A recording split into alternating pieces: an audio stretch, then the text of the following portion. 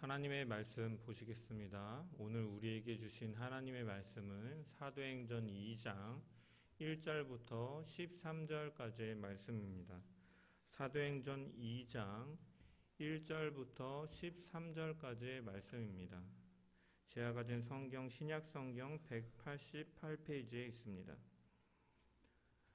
다 찾으신 줄 알고 제가 하나님의 말씀을 봉독합니다. 오순절 날이 이르매 그들이 다같이 한 곳에 모였더니 후련히 하늘로부터 급하고 강한 바람 같은 소리가 있어 그들이 앉은 온 집에 가득하며 마치 불의 혀처럼 갈라지는 것들이 그들에게 보여 각 사람 위에 하나씩 임하여 있더니 그들이 다 성령의 충만함을 받고 성령이 말하게 하심을 따라 다른 언어들로 말하기를 시작하니라. 그때 경건한 유대인들이 천하 각국으로부터 와서 예루살렘에 머물러 있더니 이 소리가 나매 큰 무리가 모여 각각 자기의 방언으로 제자들이 말하는 것을 듣고 소동하여 다 놀라 신기하게 여겨 이르되 보라, 이 말하는 사람들이 다 갈릴리 사람이 아니냐. 우리가 우리 각 사람이 난 곳 방언으로 듣게 되는 것이 어찌 됨이냐. 우리는 바데인과 메데인과 엘람인과 또 메소보다미아, 유대와 갑바도기와 본도와 아시아, 부르기아, 밤빌리아, 애굽과 및 구레네에 가까운 리비아 여러 지방에 사는 사람들과 로마로부터 온 나그네, 곧 유대인과 유대교에 들어온 사람들과 그레데인과 아라비아인들이라. 우리가 다 우리의 각 언어로 하나님의 큰 일을 말함을 듣는도다 하고 다 놀라며 당황하여 서로 이르되 이 어찌된 일이냐 하며 또 어떤 이들은 조롱하여 이르되 그들이 새 술에 취하였다 하더라. 아멘. 할렐루야. 오늘도 이 자리에 모인 주의 백성들에게 말씀을 통한 하나님의 은혜와 평강이 저와 여러분 가운데 넘치기를 축원합니다. 오늘은 성령 강림 주일로 사도행전 2장의 말씀으로 은혜를 나누길 원합니다.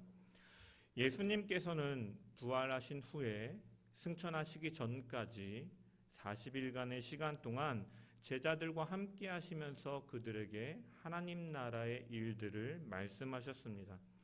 예수님이 제자들과 함께한 이 40일이라는 시간의 의미는 이스라엘이 가나안 땅에 입성하기 전 광야에서 40년이란 시간 동안 하나님의 백성으로 하나님을 의지하고 바라보는 그 훈련의 시간을 받은 것이나 또한 예수님께서 공생의 사역에 앞서 성령에 이끌려 광야로 가셔서 40일 동안 금식하시며 기도하신 것과 연관이 되며 이것은 이 40일이라는 시간은 앞으로 제자들에게 있을 사역을 준비하는 시간이다라고 말씀을 드렸습니다. 주님은 제자들과 함께 하시면서 그들에게 한 가지 약속을 상기시키셨습니다. 예루살렘을 떠나지 말고 내게서 들은 바 아버지께서 약속하신 것을 기다리라 라고 말씀하시면서 이 약속을 상기시키셨습니다. 여기서 말하는 아버지의 약속은 요한복음 14장, 15장, 16장에서 말하고 있는 성령을 보내신다는 약속을 가리키는 것입니다. 이 성령이 제자들에게 임하는 것이 바로 오늘 본문에 등장하는 내용입니다. 사도행전은 28장까지 기록되어 있는데 누군가 저에게 사도행전의 가장 핵심 사건을 하나 꼽아달라고 말한다면 저는 오늘 본문인 오순절 성령 강림 사건을 이야기할 것입니다. 왜냐하면 이 오순절 성령의 임재 사건은 이제 그 이후에 있을 이 사도들과 제자들의 복음의 증거들에 대한 이야기나 그 이후에 이제 교회들이 세워지는 이 하나님의 공동체 교회들이 세워지는데 중요한 포인트이기 때문입니다. 이 오늘 본문의 2장이 앞으로 복음에 증거하는 것이나 교회들이 세워지는 데 있어서 굉장히 중요한 키포인트이기 때문에 저는 어떻게 보면 이 사도행전 2장이 어떻게 보면 핵심이다 라고 할 수가 있습니다. 본문도 사실 그런 것을 잘 나타내고 있습니다. 우리 1절의 말씀을 다시 한번 읽어보겠습니다. 시작.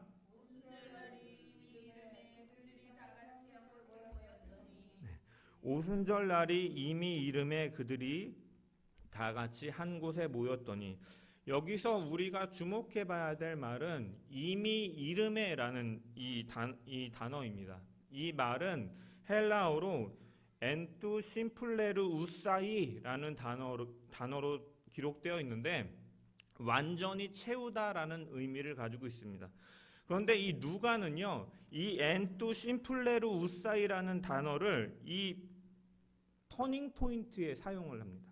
그래서 여기 본문뿐만이 아니라 누가복음에 보면 이 9장 51절에 보면 이렇게 기록되어 있어요. 예수께서 승천하실 때의 기약이 차감해 예루살렘을 향하여 올라가기로 굳게 결심하시고 라고 이렇게 기록되어 있습니다. 그러고 나서부터 예수님의 예루살렘의 여행 기사가 시작되고 십자가의 순환과 고난과 죽으심과 부활이 나타나는, 이 앞전에는 갈릴리와 이런 여러 지역의 사역이 이루어졌다면 이제는 예수님의 공생의 사역이 있어서 전환기 예루살렘으로 향하여 가실 때 여기서 보면 기약이 차감해, 여기도 이미 이름에라는 단어와 이 한글 성경은 다르지만 이 엔투 심플레르 우사이라는 단어가 쓰여짐으로 인해서 누가는 이 터닝 포인트에 이 단어를 사용한다라는 것이죠. 그래서 우리가 예수님의 이 사역이 9장 51절 이후에 전환이 되는 것처럼 오늘 이 오순절 성령 강림이 앞으로의 이 제자들의 사역에 있어서 굉장히 중요한 터닝 포인트다라는 것을 누가는 강조하고 있는 것입니다. 그래서 오순절 날이 이미 이름에라는 단어를 사용함으로써 이 누가는 강조하고 있다라는 것이죠. 전환점, 터닝 포인트가 이루어진다라는 것이에요. 그래서 드디어 주님께서 이제 제자들에게 명령하시고 하나님께서 약속하신 것처럼 이제 오순절 마가의 다락방에 모여있던 120명의 이 성도들에게 이 성령이 임하게 됩니다. 여러분, 성령이 임하셨는데 오순절날 임하셨다라고 이렇게 기록되어 있습니다. 성령이 오순절에 임했다라는 것은 사실은 상당한 의미가 있습니다. 그래서 우리는 이 오순절에 대해서 미리 좀 알아야 될 필요가 있습니다. 여러분, 오순절이라는 말은요, 헬라어로 펜토코스토스라는 단어인데 즉 50번째 날이다라는 의미를 가지고 있어요. 50번째 날이다. 무엇으로부터 50번째 날인가? 여러분, 하나님께서 이스라엘 백성들을 이제 애굽에서 400년간 종살이를 하는 이스라엘 백성들을 구원하시기 위해서 하나님은 애굽 땅에 10가지 재앙을 내리십니다. 물을 피로 변하기도 하고 파리도 나오고 개구리도 나오고 먼지가 이로 변하기도 하고 이런 가축의 죽음도 당하고 우박도 내리고 이러한 일들을 하는데 바로는 완악하여져서 이스라엘 백성들을 보내지를 않죠. 이것은 결국 하나님이 하나님됨을 드러내기 위해서 이러한 일들을 하시는 것인데, 그래서 마지막에 10번째 재앙이 무엇이냐? 처음 난 것은 다 죽게 되는 재앙을 하나님께서 그 땅에 내리십니다. 하나님께서 이 재앙으로 애굽을 치시는데 이제 이스라엘 백성들도 애굽에 있잖아요. 그래서 하나님께서는 모세에게 미리 말씀하십니다. 흠없는 어린 양을 잡아다가 좌우 문설주에 그 피를 바르고 안방에 바르면 이 재앙이 너에게서 넘어갈 것이다. 너물유 너물월, 그래서 유월절. 그래서 이스라엘 백성들이 이렇게 함을 통하여서 그 재앙을 넘어가게 하나님께서 하셨다라는 것이요. 그러면서 하나님께서 이스라엘 백성들에게 말씀하셨어요.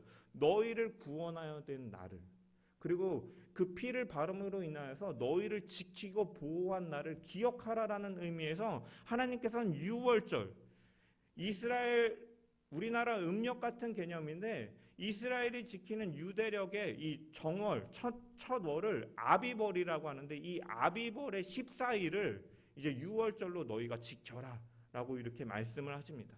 그리고 나서 이제 그 다음날 15일부터 이제 무교절로서 일주일간 너희가 이제 급하게 애굽으로부터 나왔으니까 누룩을 넣지 않은 이 무교병을 먹으면서 급하게 나온 것, 그리고 무교병과 쓴나물은 고난을 상징하기 때문에 이 무교병을 먹으면서 너희가 무교절을 일주일 동안 보내는 이 축제 일을 갖습니다.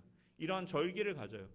그런데 이런 절기를 가지면서 그 축제 기간 중에 이제 안식일 이튿날 처음 그 7일 그 무교절 7일 중에 안식일 이튿날에 보면은 이제 그들이 하나님께서 이렇게 말씀하세요. 너희가 그 수확한 것 보리 이삭 한 단을 하나님께 요제로 바쳐라 라고 이렇게 말씀을 하십니다. 이것이 바로 초실절이에요.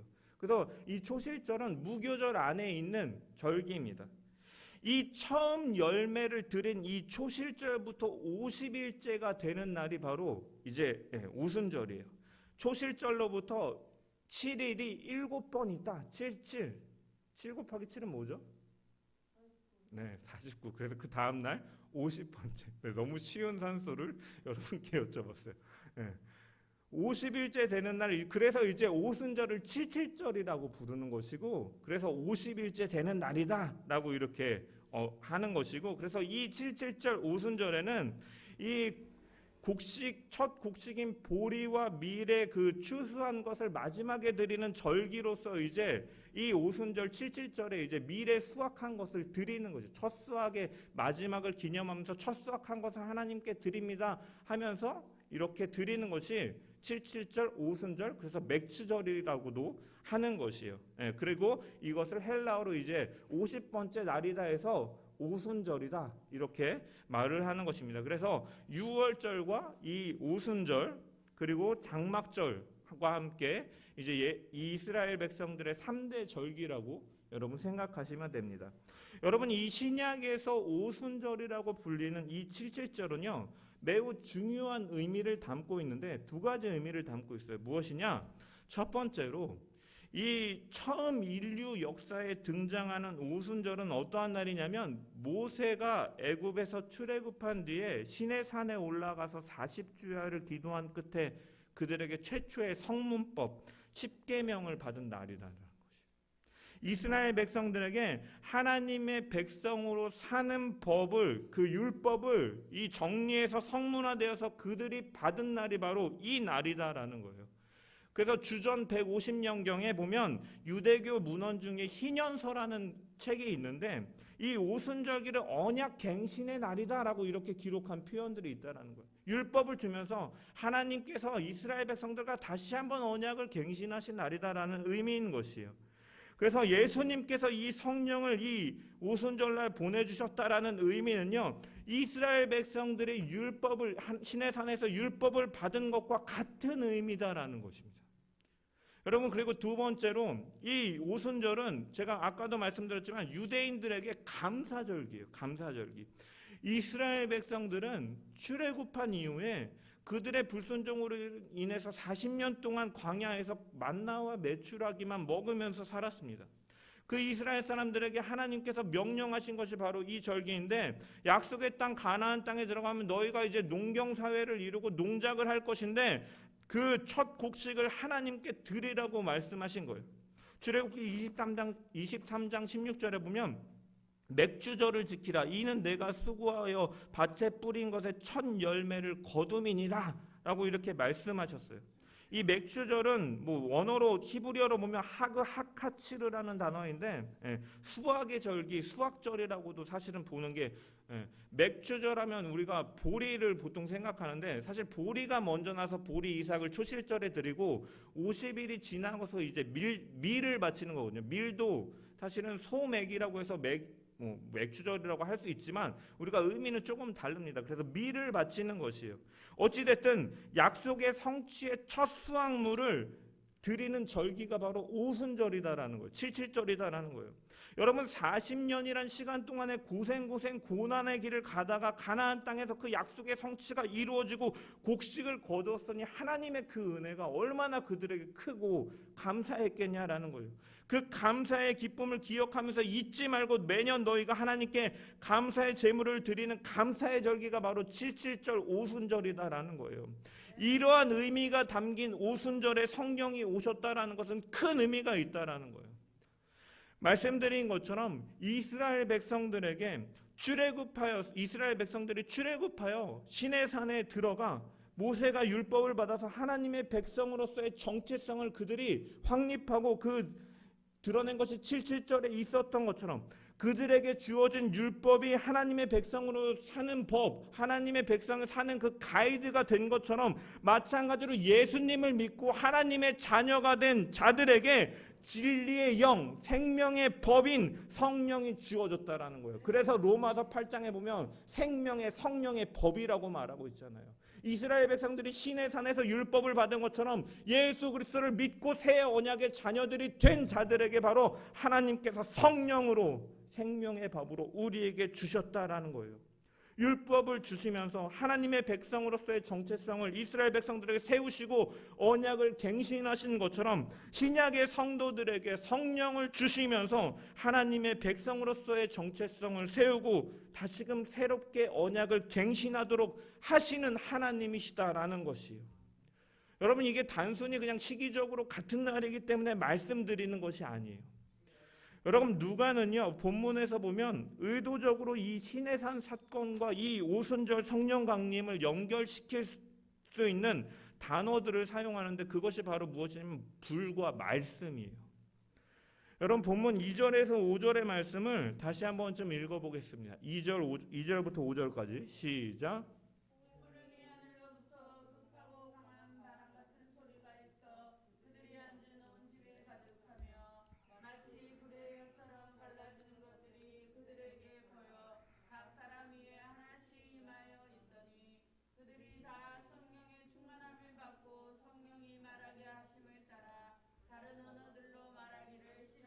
여기까지. 네. 여러분, 누가는요 여기서 보면 성령을 묘사하는데 두 가지로 표현해요.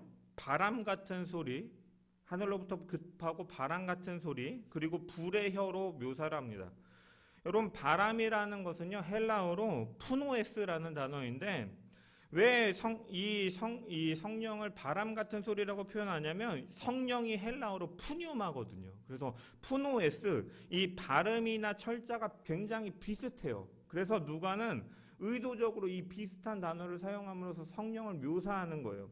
뭐 요즘 제가 힙합 음악을 좀 즐겨 듣는데 힙합에서 보면 라임을 맞춘다 그러잖아요. 끝을 비슷한 단어를 사용함으로써 그 라임 운율감을 이렇게 드러내는데 뭐 예를 들어서 제가 좋아하는 그 BY가 가사 중에 나의 불완전함을 사용하는 창조주의 심포니, 나로 인하여 쓰여지는 위대한 히스토리, 어쩌면 이 모든 건 내 이야기가 아닌 히즈 스토리. 어떻게 보면 심포니, 히스토리, 히즈 스토리, 어떻게 보면 다른 단어들이지만 이렇게 비슷한 단어를 사용하며 이 운율을 이렇게 강조하는 것처럼 의도적으로 이 푸노에스라는 비슷한 단어를 사용함으로써 성령을 묘사하기도 하고, 한편으로는 또 바람이 성령에 대해서 표현하는데 굉장히 좋은 비유적인 표현이기 때문인데 뭐냐? 바람은요 결과는 있지만 보이지 않고 영원히 마르지 않고 도처에서 발견되는 것처럼 성령은 영이시기 때문에 보이지 않지만 각처에 있고 어떠한 마르지 않고 항상 일하고 계신다라는 것을 보여주기 때문에 누가는 이 바람이라는 것을 통하여서 이 성령을 묘사한 것이에요. 그리고 두 번째로 불의 혀같이 갈라졌다라고 기록되어 있어요. 이 불의 혀라고 표현하고 있는데 이것이 바로 사실 시내산의 사건과 연결시키는 단어라고 할 수가 있어요. 여러분, 오순절날 이 이스라엘 백성들이 시내산에 올라가는데 시내산에 오를 때 그들에게 무엇이 나타나냐면 하나님의 불이 임하였고 그들에게 그 다음에 하나님의 말씀이 임하였다라는 것이에요. 출애굽기 19장 18절에 보면 시내산의 연기가 자욱하니 여호와께서 불 가운데서 거기에 강림하시니라 이렇게 기록되어 있어요. 그 연기가 온기가마 연기같이 떠오르고 온 산이 크게 진동하였다라고 기록되어 있어요.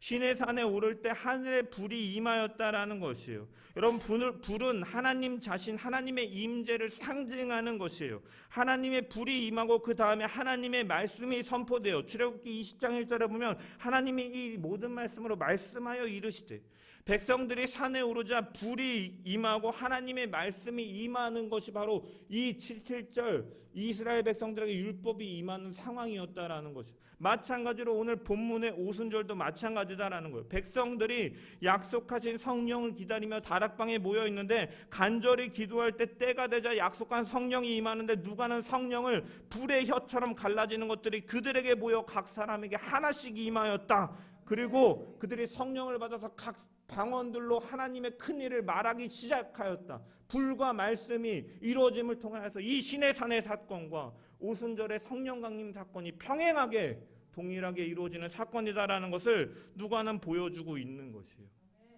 여러분, 유월절 어린 양의 피로 죽음을 넘은 이스라엘 백성들이 신의 산에서 하나님의 그 백성으로 율법을 받고 하나님께서 그들을 구원하시고 그 재앙 가운데 지키신 것처럼 예수 그리스도의 그 피로, 그 십자가의 그 사랑으로 죄와 사망의 법에서 해방되어서 생명을 얻은 하나님의 백성들에게 이제 성령을 통하여서 우리를 지키시고 보호하시고 우리의 구원을 이뤄가시겠다는 하나님의 의미로서 오순절날 성령이 임하였다라는 것이죠.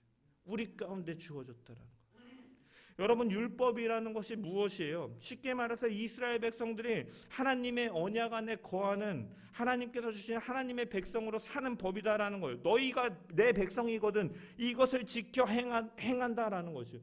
그러면 신약의 오순절 성령 사건은 무엇을 의미하냐? 예수 그리스도를 구주로 영접하고 주인으로 모신 자들은 성령의 인도하심을 받아서 그 조명하심과 인도하심과 그 뜻을 쫓아서 살아가는 것을 말하는 것이에요. 성령은 왜? 생명의 영이기 때문에, 우리에게 생명을 허락하시는 영이기 때문에 그분을 쫓아 살아가게 되는 것이고, 그분은 진리로 우리를 인도하시는 분이라고 예수님께서 말씀하신 것처럼 진리의 영이기 때문이다. 새 언약, 새 시대를 살아가는 이 그리스도인들은 이 성령을 따라 살아가는 자들이다라는 거예요. 여러분, 너희는 마음을 새롭게 함으로 변화를 받아 메타볼푸스테, 수동태로 쓰여졌다 했어요. 우리가 마음을 새롭게 하고 변화를 받는 것은 하나님께서 성령을 통하여 하시는 것이고, 이 성령이 우리 가운데 주어졌다라는 거예요. 우리에게 가장 좋은 선물로 오순절날 이러한 의미로 우리 가운데 오셨다라는 것입니다. 여러분, 그렇기 때문에 이 성령은 첫 번째 선물인 예수 그리스도께서 두 번째 선물로서 우리에게 주신 선물의 선물인 것이에요. 그래서 너무나 사실 감사한 일입니다. 여러분, 예수님께서 승천하시면서 약속하신 대로 모든 민족에게 성령을 보내주심으로 어떻게 보면 자신의 메시아 되심을 또 한 번 드러내신 것이고, 이 새 언약을 나타내시고, 모든 민족들이 이제는, 예전에는 이스라엘 백성들이 어떻게 보면 선민으로서 구별되어서 그들이 율법을 받아서 하나님의 백성으로서 드러냈다면, 이제는 모든 민족들이, 모든 나라들이 성령을 통하여서 하나님의 자녀가 되는 이 하나님의 나라를 알게 하시는 이 획기적인 전환점이 바로 오순절 성령 강림이다라는 거예요. 여러분, 아까 권사님께서 기도하셨지만 우리는 연약하고 실패하고 우리 인생은 그렇기 때문에 고단하다라는 거예요. 우리의 힘으로는 실패할 수밖에 없는 자들이다라는 거, 작정하지만 그 다음 날에도 무너지는 것이, 그 다음 순간에도 무너지는 것이 바로 우리다라는 거예요. 그래서 하나님께서 이제 새 언약으로 언약을 갱신하시는데, 파라클레토스, 보혜사는 우리를 옹호하시고 우리를 도우시는 그분이 우리 가운데 오셨다라는 거예요. 그래서 성령은 이 성자의 구원 사역을 전달하고 우리를 적용케 하시는 분이다라는, 우리 안에 이뤄가시는 분이시다라는 거예요. 주의 성령이 내게 임하셨으니 이는 가난한 자에게 복음을 전하게 하시려고 내게 기름을 부으사 나를 보내사 포로된 자에게 자유를 주시는 분, 눈먼 자에게 다시 보게 함을 전파하며 눌린 자를 자유롭게 하시는 분이 바로 성령이다라는 거예요. 우리의 구원 사역을 이뤄가시는 분, 이 하나님의 주권적인 약속 속에서 이 일들이 이루어져 있음을 우리가 말씀을 통해 바라보면서 이 하나님의 은혜, 이 하나님의 선물에 감사하는 저와 여러분 되시기를 주님의 이름으로 축원합니다. 이 성령이 각 사람에게 임하였다라고 기록되어 있습니다. 이처럼 성령은요, 예수 그리스도를 믿는 자들에게 선물로 이제 오신 것이에요. 그래서 새 언약의 백성으로 사는 것은 바로 이 내주하시는 성령의 인도를 쫓고 그분을 힘입어서 사는 것을 의미하는 것이다라는 거예요. 여러분, 대부분의 세상을 사는 사람들은요, 다른 것들을 의지하며 살아갑니다. 요즘에 주식 코인 막 이런 거 막 그거에 막 전 재산을 올인하고 몰빵해가지고 막 그거 빨간불이 들어오면 막 기쁘고 파란불이 들어오면 막 정말 죽을 맛으로 물질을 의지하면서 살아가는 거예요.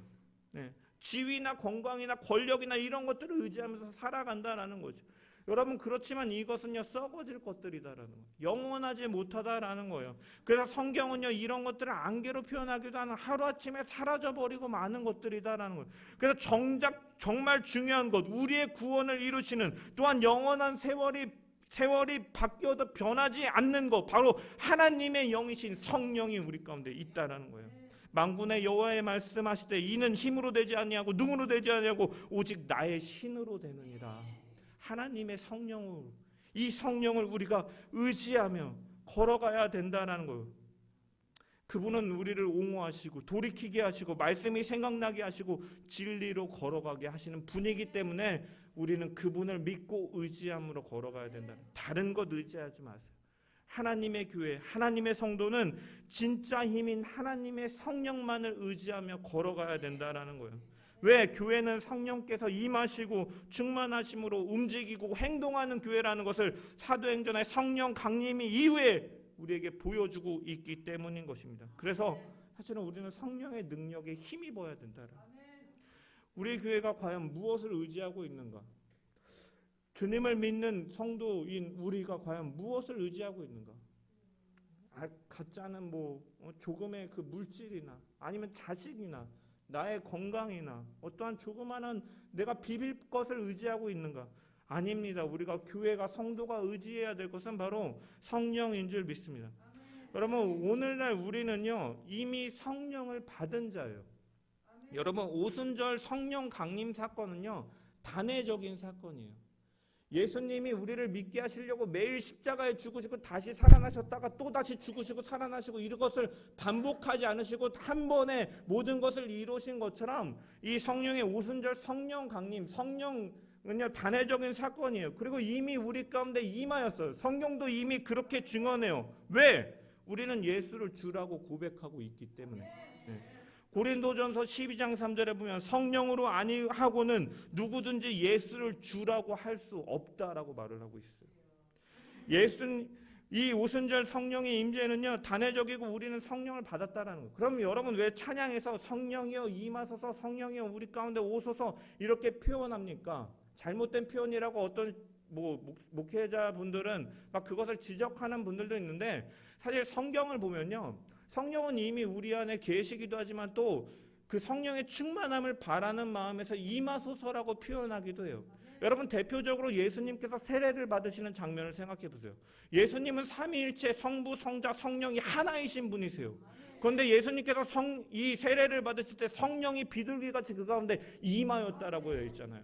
그러니까 영어로 표현하면 조동사 인과 온, 그의 안에, 우리 안에 내주하시기도 하면서 우리 가운데 오시기도 하는 분임을 우리가 이 표현 속에서 같이 사용할 수 있다라는 거예요. 그래서 우리가 이 성령의 충만함 속에서, 이 내주하시는 성령의 충만함 속에서 우리는 인도하심을 받으면서 살아가야 되는데, 그렇다면 어떻게 성령의 충만함을 받을 수가 있느냐? 오순절 날이 이미 이름에 저희가 다같이 한 곳에 모였더니 후련히 하늘로부터 급하고 강한 바람 같은 소리가 있어 저희 앉은 온 집에 가득하며 불의 여같이 갈라지는 것이 저희에게 보여 각 사람 위에 임하여 있더니. 여러분, 어떻게 임하냐? 여러분, 사실 성령이 임하는 방법은요 어떠한 프로그램이나 절차에 따라 임하는 것이 아닙니다. 여기 보면 호련히 임하였다라고 기록되어 있어요. 영어로 보면 suddenly, 갑자기. 헬라어로 보면 아프노라는 단어인데 부지중에 기대하지 않았는데 갑자기 나타났다라는 거예요. 그래서 우리가 여기서 발견할 수 있는 중요한 사실은요, 하나님의 성령은요 정해진 공식이나 절차에 의해서 임하는 것이 아니라, 하나님의 능력과 역사하심은 사람의 계획과 방법으로 이루어지는 것이 아니라 하나님의 주권 속에서 이루어진다라는 것이에요. 그래서 여러분, 예전에 제가 정죄하는 것은 아니지만 부흥 강사님들 중에 코카콜라 하면은 성령이 임하고 방언을 받고 랄랄랄라 거리면은 방언을 받고, 여러분 아니에요.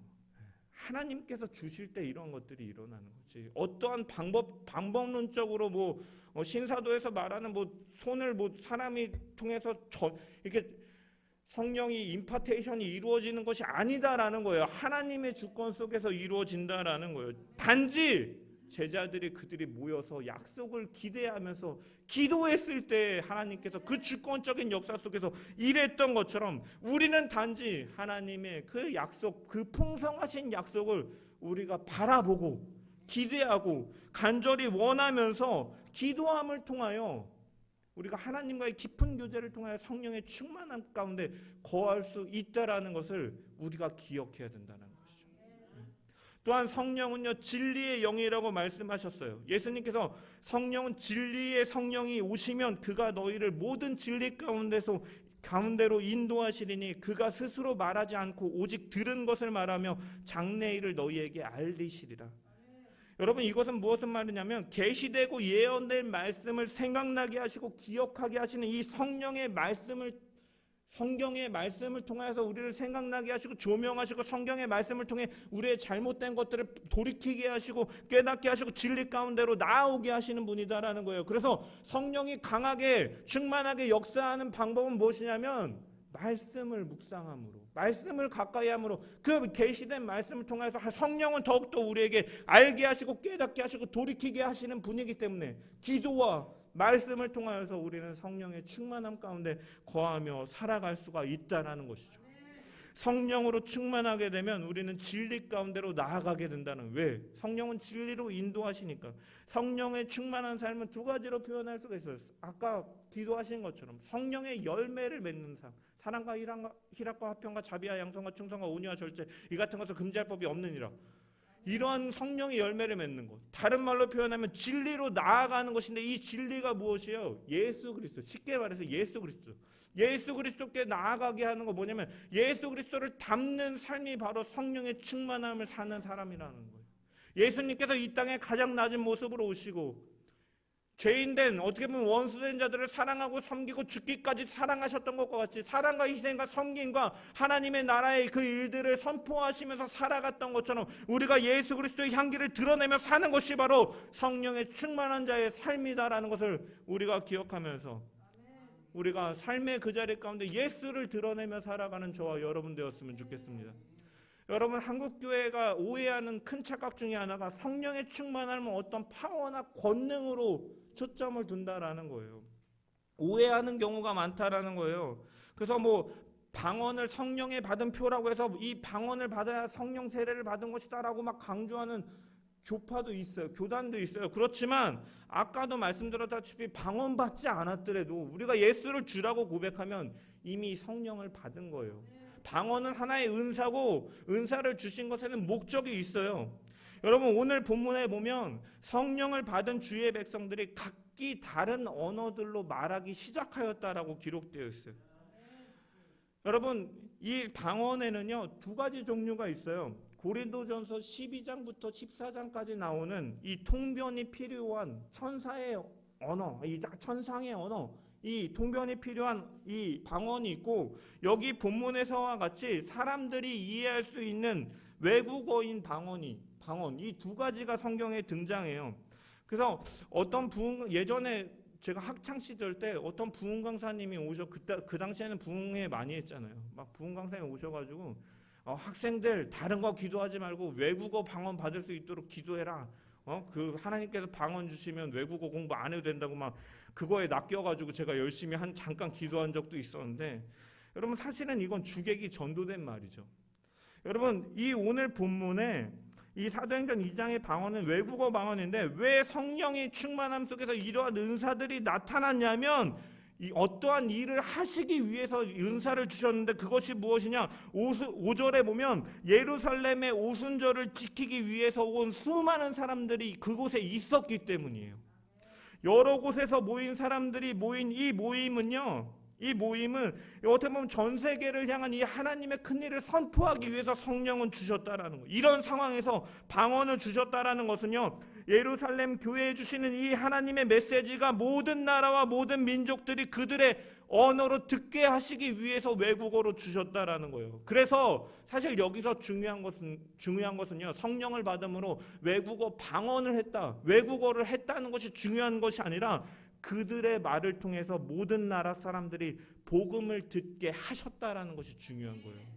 목적이 중요한 것이에요. 그 방법, 은사가 중요한 것이 아니라 복음을 듣게 하기 위해서 외국어로 말하게 하셨다라는 거예요. 그래서 9절부터 11절에 보면은 우리는 바데인가 메데인가 엘람인가 메소포타미아 유대와 갑바도기아 본도 아시아 부르기아 밤빌리아 이런 그레네인가 아라비아인들, 이런 모든 사람들이 우리가 다 우리의 각 언어로 하나님의 큰 일을 말함을 듣는도다. 이게 목적이다라는 거예요.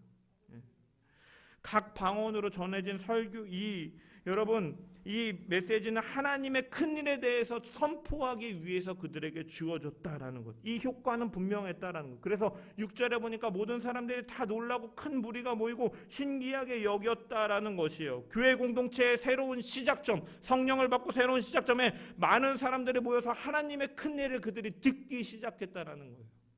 여러분, 저는요, 이 성령 강림을 통해 이들이 외국어 방언을 말하고 사람들이 듣는 이러한 이 말씀을 통해서 저는 말씀을 준비하면 창세기 11장의 바벨탑 사건이 생각이 났어요. 여러분, 사람들은요, 창세기 11장에 보면 자기의 이름을 높이기 위해서, 자기를 드높이기 위해서 이 교만하여 탑을 쌓고 자기의 이름을 드러내려고 하자 하나님께서는 사람들을 언어를 흩어버리심으로 인해서 사람을 뿔뿔이 흩으셨어요. 그런데 여러분, 오순절 성령 강림으로 인해서 일시적으로나마 서로 다른 언어를 쓰는 사람들이 언어를 알아들을 수 있도록 하셨다라는 거예요. 성령 안에서 하나 되게 하셨다. 성령을 통해서 죄로 인해서 흩어졌던 사람들이 성령을 통해서 흩어졌던 언어가 하나가 되게 하시는 것을, 천국에서 있을 일을 어떻게 보면 미리 맛보게 하시는 일들이었다라는 것을 저는 생각해 보면서, 하나님께서 어떻게 보면 이 성령을 통해서 하나님의 나라를 이 땅 가운데 세우겠다는 출사표와 같은 이 표적으로 주신 것을 너무 멋지지 않습니까? 외국어 방언으로 하나님의 큰 일을 그들이 듣게 하심으로 이러한 일들이 이루어졌다라는 것. 방언의 유무가 중요한 것이 아니라 외국어 방언이냐 천상의 방언이냐 이게 중요한 것이 아니라 은사를 주시는 목적은, 성령의 충만함과 성령께서 주시는 은사의 목적은 바로 그리스도에 대한 메시지를 세상에 전파하기 위해서 하나님께서는 은사를 주신다라는 것이죠. 여러분, 그래서 이것이 사실 오순절 방언의 핵심인 것이에요. 우리가 오늘날 이 잘못 알고 있는 정보들로 인해서 오순절 이 성령 강림을 어떠한 권능이나 표적이나 치유의 은사 이런 은사, 이런 능력 이런 거에 포커스를 두는데, 체험적인 은사에 예언하는 거 이런 거에 포커스를 두는데, 그거는요 정말 잘못된 것이에요. 오순절 성령 강림의 이 성령 강림과 이 성령의 은사가 나타나는 것은 어떠한 목적으로 하나님께서 일을 하셨느냐, 목적이 중요한데 그것은 예수 그리스도의 복음, 하나님의 그 큰 일을 선포하게 하시기 위해서 이런 은사도 주시고 저런 은사도 주시는 거예요. 그래서 우리가 어떤 은사를 받았느냐, 이 은사가 더 좋고 나쁘고 이게 아니라 어떠한 은사를 주신 것은, 우리가 섬김의 은사를 주신 것이나 사랑의 은사를 주신 것이나, 또 어떤 사람은 전도를 정말 서슴없이 정말 담대하게 나가서 전하는 이런 은사를 주신 모든 것들이 하나님의 복음을 선포하게 하기 위해서 주신 것이다라는 것을 우리가 깨달으면서, 우리가 내게 주신 은사는 바로 예수 그리스도를 증거하기 위함인 것을 기억하면서, 여러분 성령의 충만함으로 살아갈 때 예수 그리스도를 드러내며 그 복음을 선포하며 살아가는 저와 여러분 되시기를 축원합니다. 이 복음을 전할 때 사람들의 반응은 두 가지 반응으로 나타납니다. 어떤 사람들은 하나님의 큰 일을 말한다 하면서 놀랍게 여기고 경외하면서 그들이 바라보는 사람도 있는 반면에, 또 어떤 이들은 조롱하면서 이들이 세술에 취하였다, 값싼 포도주에 취하였다라고 말하는 사람들도 있어요. 여기서 우리가 한 가지 깨달음을 얻을 수 있는 게 뭐냐면, 여러분, 언제 어느 때나 하나님의 사역을 오인하고 조롱하고 그 사역의 완전성을 의심하는 사람들이 언제나 있다라는 거예요. 우리가 주의 말씀을 따라서 성령의 충만함을 쫓아서 우리가 복음을 전하며 살아가다 보면 사람들의 반응은 항상 호의적일 수가 없다라는 거예요. 잘 듣는 사람도 있는 반면에 여기 시화자매가 저희 어머니를 우연찮게 만나게 돼서 이렇게 예수 그리스도를 대한 복음을 듣고 이렇게 교회에 나와서 예배를 드리는 것처럼 영접하는 자들도 있는 반면에 어떤 이들은 세술에 처해야했다 말하는 것처럼 조롱하는 자들도 있다라는 거예요. 그럴 때 우리가 해야 될 것은 그런 조롱이나 멸시나 그러한 박해 속에서 반응하여서 낙심하거나 실망하는 것이 아니라 그들을 향하여서 오히려 베드로와 그 이후에 나오는 베드로의 설교와 같이 그 기회를 포착하여 담대히 하나님의 복음을 지혜롭게 전할 수 있는 자들, 하나님의 큰 일을 선포하며 살아가는 자들이 되어야 된다는 거예요. 베드로가 어떻게 그렇게 할 수가 있었어요? 학문 없는 범인인 줄 알았는데 성령의 충만함을 받았기 때문에, 성령은 지혜의 영이시고 계시의 영이시고 진리의 영이시기 때문에 그 말할 것들을 생각나게 하심으로 지혜를 주셨기 때문에 그가 정말 담대하게 하나님의 큰 일을, 정말 베드로의 설교를 나중에 기회가 있으면 제가 설교를 하겠지만 정말로 너무나 완벽한 구성에서 그 베드로가 예수 그리스도를 선포하는 것을 보면서 참 놀랍다. 이 성령의 일이 아니고서는 베드로가 이렇게 할 수가 없겠구나라는 것을 생각하게 되는데, 이처럼 우리가 성령의 충만함 속에서 예수 그리스도의 그 복음을 드러내며 선포하며 하나님의 큰 일을 나타내며 하나님의 나라를 이 땅 가운데 이뤄가는 저와 여러분 되시기를 간절히 축원합니다. 말씀을 정리합니다. 오순절 성령이 임하신 것은 새로운 그 복음의 사역, 앞으로에 있을 복음의 사역이나 교회 공동체의 그 출발에 굉장히 중요한 터닝 포인트였다라는 것이에요. 신의 산에서 하나님의 백성들이 그 은혜 안에 거하기 위해 율법을 주신 것처럼 믿는 자에게 성령, 보혜사, 돕는 자, 옹호자를 우리 가운데 주셨고, 그분은 우리를 변화시키시는 분이시고 우리의 그 그리스도의 구속사역을 우리 가운데 적용시키고 일하시는 분이다라는 거예요. 그리고 그 성령이 임하게 되니까 은사들이 나타나게 되는데, 그 은사 자체가 중요한 것이 아니라 은사가 가지는 목적이 중요한데, 그 목적은 무엇이냐? 바로 하나님의 큰 일을 선포하는 것이었다. 성령의 은사, 방언이나 예언이나 치유나 이러한 모든 은사는 교회를 세우고 하나님의 복음을 전하기 위해서 우리가 주신 것임을 우리가 기억하면서, 우리는 성령을 받은 자로서 성령이 임하자 각기 다른 언어로 많은 사람들에게 하나님의 말씀을 전하였던 것처럼, 성령을 받은 우리가 세상 가운데서 그리스도를 드러내고 그리스도의 사랑과 섬김과 헌신과 그 은혜, 그 선물을 드러내면서 우리가 살아갈 때 하나님의 나라가 확장되어 가는 줄 믿습니다. 그러한 성령의 충만함으로 날마다 걸어가는 저와 여러분 되기를 주님의 이름으로 축원합니다.